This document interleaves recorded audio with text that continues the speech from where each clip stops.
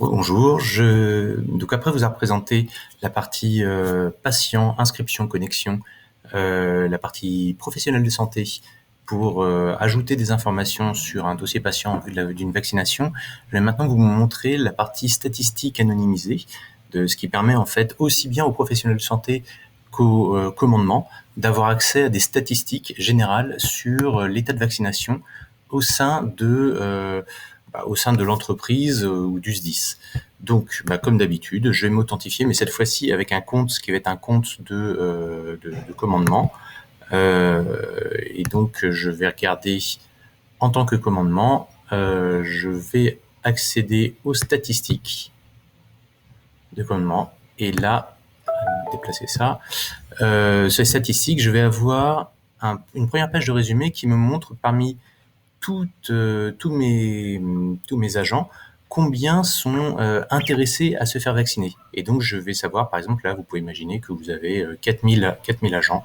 Sur les 4000 agents, il y en a, là, 68 qui n'ont pas encore répondu au questionnaire. Donc, vous ne savez pas s'ils veulent se faire vacciner ou pas. 10 qui sont en cours de se faire vacciner. 5 qui ont donné leur consentement mais qui n'ont pas encore pris rendez-vous.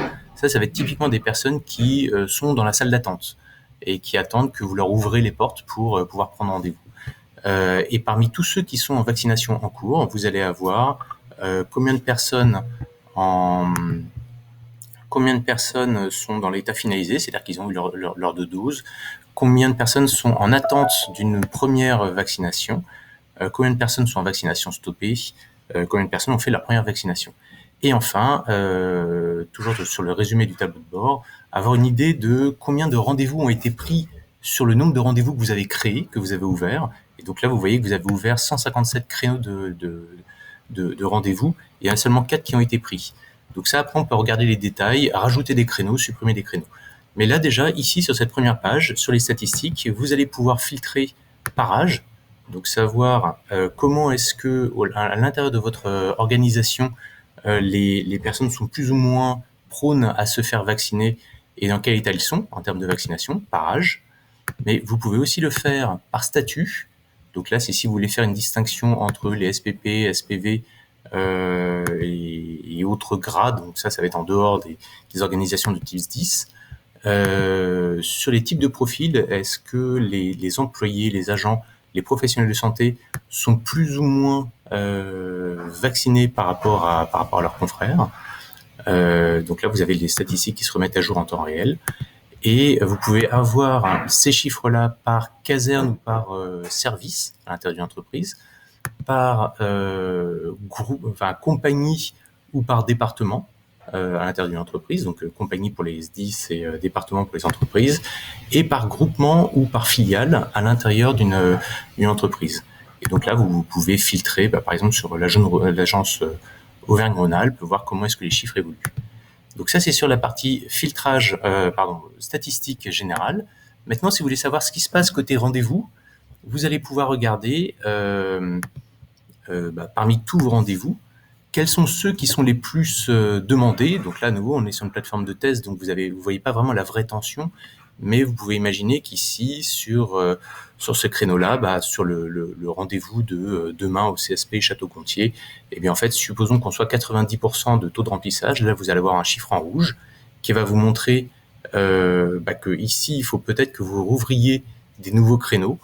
Et si à côté, vous voyez que le même jour, il y a un centre de vaccination qui, lui, est sous-demandé, vous pouvez peut-être réorganiser les doses et créer plus de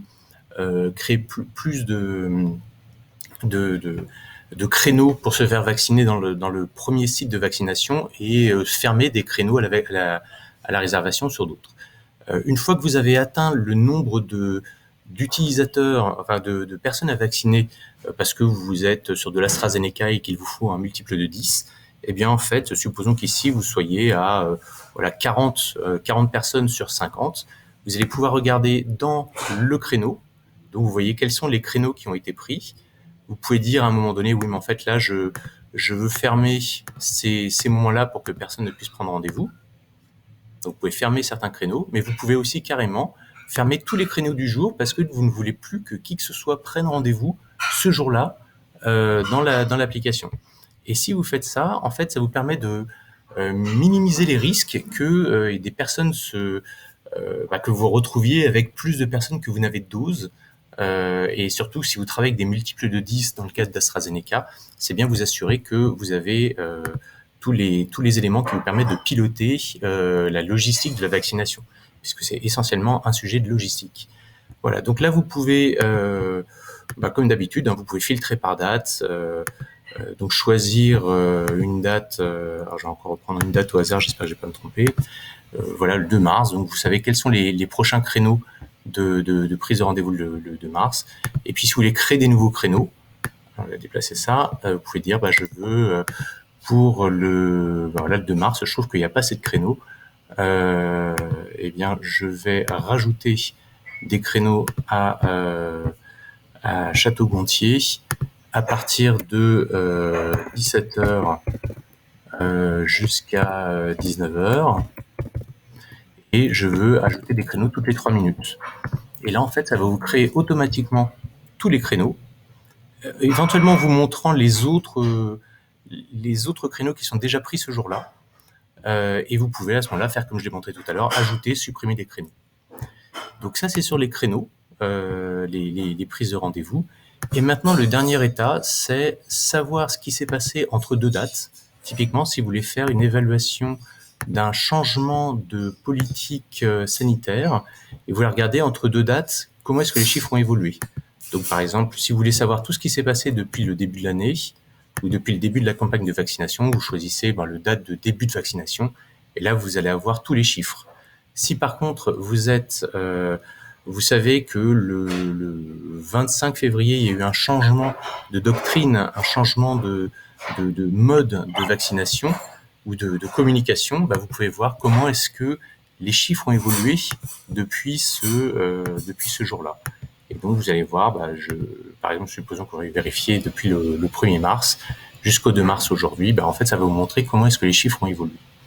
Voilà, donc ça, ce sont des chiffres qui sont aussi bien pour les professionnels de santé que pour le commandement ou la direction, parce que vous voyez qu'il n'y a absolument aucune information personnelle, il n'y a que des informations statistiques. Maintenant, pour les professionnels de santé, donc là, je suis logué en tant que commandement ou direction, donc je n'ai pas accès à ces infos-là, mais les professionnels de santé, eux, ont la possibilité d'exporter la liste de tous les agents par date de vaccination, de manière à ce que vous puissiez, par exemple, c'est utilisé dans le format d'échange avec la CNAM, de manière à ce que vous puissiez garder une trace en dehors de notre système de toutes les vaccinations qui ont été faites. Voilà, donc je vous remercie et je suis à votre disposition pour toute question sur support@anamnes.care. Merci à vous, au revoir.